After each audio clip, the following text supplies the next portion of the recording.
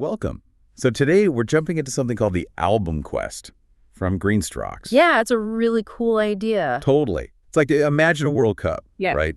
But for albums, different genres, different eras, all competing to be, the quote-unquote best album of all time. It's a fun concept, really subjective, obviously, but fun, a personal journey. Exactly. Taste, nostalgia, discovering new stuff.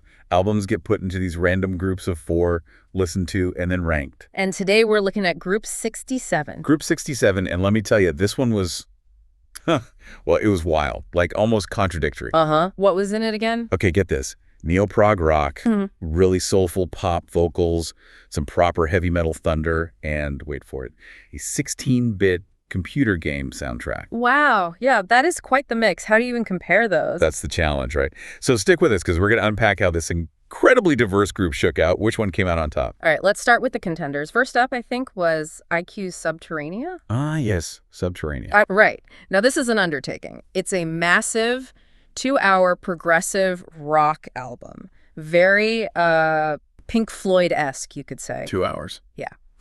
Our source material even called it pretentious, full-blown Pink Floyd-esque. Pretentious, full-blown. I love it. But, despite that tag, it's also described as a really wonderful, cohesive body of work. It's got ambition. That's fascinating, though. Does that kind of huge, maybe pretentious scope actually help in an album quest like this?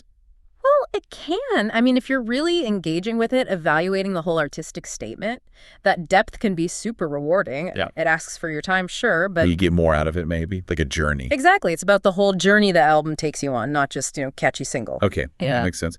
So from that massive journey, we then swing completely the other way, right? Yeah. Steve Winwood's Chronicles. Total shift. Yeah. This is just, well, a classy set of songs. This is basically a best of. The hits. Why See a Chance, Higher Love, Valerie. Absolute classics. Great voice. Pure, soulful pop gold. Really accessible, instantly recognizable tunes. The contrast with the 2-hour prog epic couldn't be bigger. No kidding. And then, just when you thought it couldn't get more varied, Saxon. Wheels of Steel. Ah, the metal entry. Yep. Raw guitar power.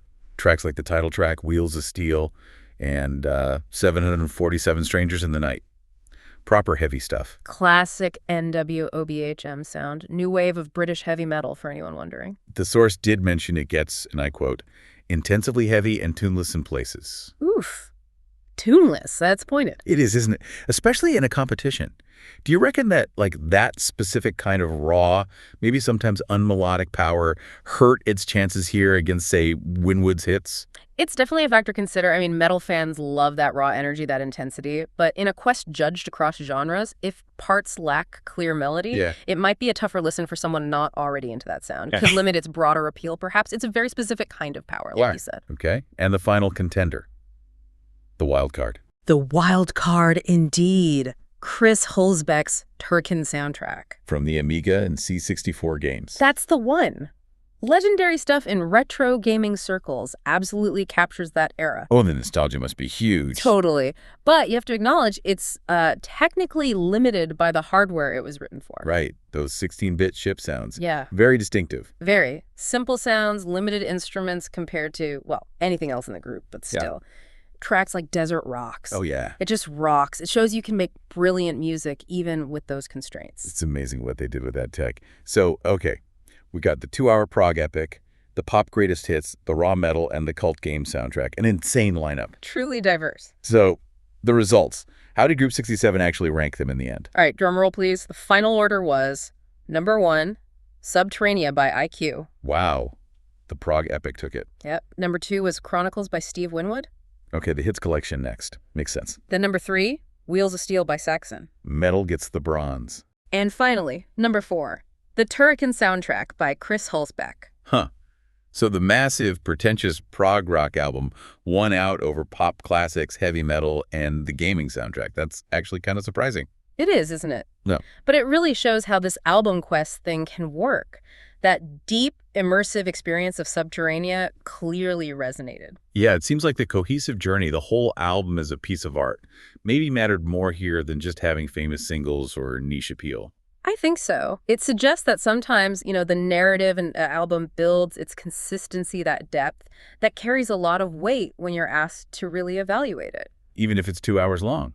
Even then. And, Turrican coming in fourth doesn't mean it's bad, just that maybe in this direct comparison, the technical limits and niche appeal put it behind the others for this particular listener. What a fascinating outcome from such a varied group.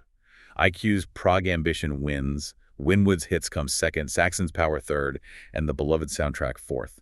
Really makes you think. It absolutely does. It wraps up our look at Group 67, a real testament to musical diversity.